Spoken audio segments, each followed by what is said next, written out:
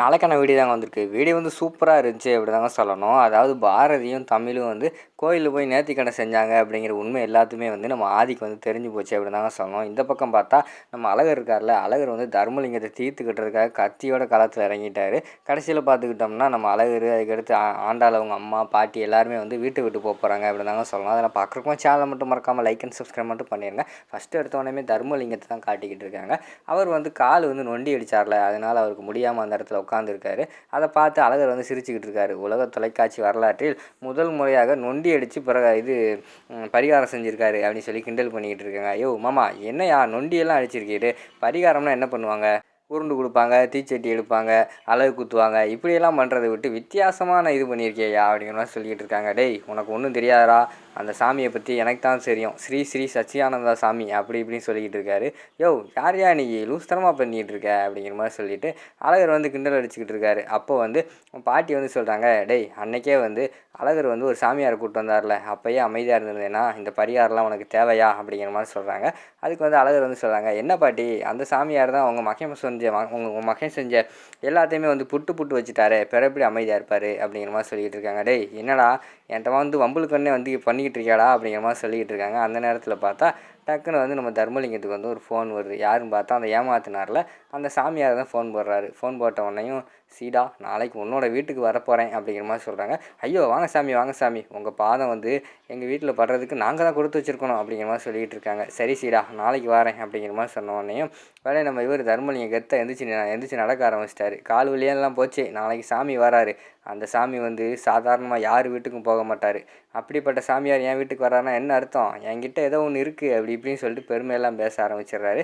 இங்கிட்டு பார்த்தா அழகருக்கு சிரிப்பு தாங்க முடியல. அவர் ரெடி பண்ண ஆள் தானே அவர், அதனால் வாயை முடிக்கிட்டு சிரிச்சுக்கிட்டே இருக்கிற மாதிரி காட்டிக்கிட்டு இருக்காங்க. டேய் கால் வலிக்குன்னு இப்போ என்னடா நீ பாட்டில் எழுந்திரிச்சு நடக்க ஆரம்பிச்சிட்டேன் அப்படின்னு சொல்லிட்டு பாட்டி கேட்காங்க. ஏத்தா, அந்த சாமி யார் வீட்டுக்கு போனாலும் அங்கே முடியாமல் கிடந்தா கூட அவங்க எந்திரிச்சு சாமி ஆடிடுவாங்களாம். அந்த அளவுக்கு வந்து பவர் இருக்கான் அந்த சாமிக்கு. அந்த சாமி வர்றேன்னு சொன்ன உடனே என் கால் வலியெல்லாம் சரியாக போச்சு அப்படிங்கிற மாதிரி சொல்லிகிட்டு இருக்காரு. நாளைக்கு சாமி வரட்டும், எல்லாத்தையும் ஒரு பைசல் பண்ணி முடிச்சிருவோம் அப்படின்னு சொல்லிட்டு அந்த இடத்துல தர்மலிங்கம் வந்து பேசிக்கிட்டு இருக்காங்க. அடுத்த சீனில் பார்த்தா நம்ம தமிழ் வந்து தூக்கத்திலே புலம்பிக்கிட்டு இருக்காங்க. சாமி உன் கோயிலுக்கு வந்து நான் நடந்தே வரேன், எப்படியாவது வந்து எங்கள் அப்பாவை காப்பாற்றிடு, எங்கள் அப்பா அம்மா நான் 3 பேர் வந்து சந்தோஷமாக இருக்கணும் அப்படி இப்படி சொல்லிட்டு புலம்பிக்கிட்டு இருக்காங்க.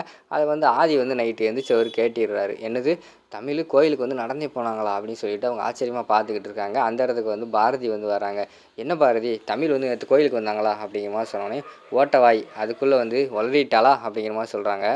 தமிழ் ஒன்றும் வளரல, ஆனால் தூக்கத்தில் வந்து உளறிக்கிட்டு இருக்காங்க அப்படிங்கிற மாதிரி சொல்லிக்கிட்டு இருக்காங்க. தூக்கத்தில் வளர்றாளா அப்படிங்கிற மாதிரி சொன்னோன்னே, ஆமாம் பாரதி, ஏன் பாரதி இப்படியெல்லாம் பண்ணீங்க அப்படிங்கிற மாதிரி கேட்டு அந்த இடத்துல வந்து கண்ணீர் வடித்து அழுக ஆரம்பிச்சிடுறாங்க.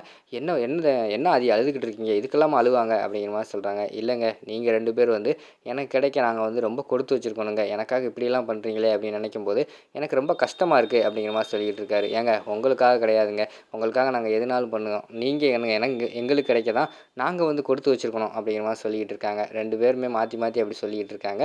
சரி, எனக்கு கால் ரொம்ப வலிக்குது, அதை மட்டும் அமுக்கி விட்றீங்களா அப்படின்னு சொல்லிட்டு பாரதி கேட்காங்க. உட்காருங்க பாரதி அப்படின்னு சொல்லிட்டு உட்கார வச்சுட்டு அவங்களுக்கு காலெல்லாம் அமுக்கி விடுற மாதிரி காட்டிக்கிட்டு இருக்காங்க. பார்த்தா சொடக்கெல்லாம் எடுத்து விட்டுட்டு அப்படியே முத்தம் கொடுத்துட்றாரு. அப்படியே பாரதி வந்து அந்த இடத்துல வெக்கப்படுற மாதிரி காட்டுறாங்க. அதோட பார்த்துக்கிட்டிங்கன்னா மறுநாள் காலையில் விடிஞ்சிருது. அழகர் அங்கிட்டு இங்கிட்டு வீட்டில் அலைஞ்சிக்கிட்டு இருக்காரு. ஏய் இவன் எதுக்கு இங்கே அலையிறான், சாமி வர்ற நேரத்தில் அங்கிட்டு போடா, நீ ஓரமாக போடா அப்படின்னு சொல்லிட்டு தர்மலிங்கம் வந்து விரட்டிக்கிட்டு இருக்காரு. ஐயோ கிரியா, சாமி வர்றாரா இல்லையா பார்ப்போம் அப்படின்னு சொல்லிட்டு அந்த நேரத்தில் அழகர் சொல்லிக்கிட்டு இருக்காரு. கொஞ்ச நேரத்தில் பார்த்தா அவர் வந்து வந்துடுறாரு. வந்த உடனேயும் வாங்க சாமி உட்காருங்க சாமி, எனக்கு மனசே சரியில்லை, இதுக்கு ஏதாவது பரிகாரம் தான் சொல்லுங்கள் சாமி அப்படிங்கிற மாதிரி கேட்காங்க. அப்படியா, சரி, எனக்கு 5 கிலோ ஆப்பிள் அது இதுன்னு என்னென்ன தேவையோ வேஷ்டி சேலை அது இதுன்னு வந்து ஒரு பெரிய லிஸ்ட்டே போட்டுறாரு. இதை வந்து எனக்கு காணிக்க, ஆனால் நீங்கள் பரிகாரம் வேறு செய்யணும் அப்படிங்கிற மாதிரி சொன்னோன்னே என்ன பரிகாரம் அப்படின்னு கேட்காரு.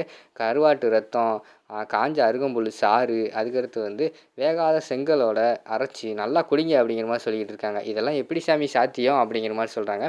அதே மாதிரி தான், அது சாத்தியம் இல்லையா, அதே மாதிரி உங்கள் பிரச்சனையும் கண்டிப்பாக வந்து உங்களை விட்டு போக வாய்ப்பே கிடையாது அப்படின்னு சொல்லி சாமி சொல்கிறாரு.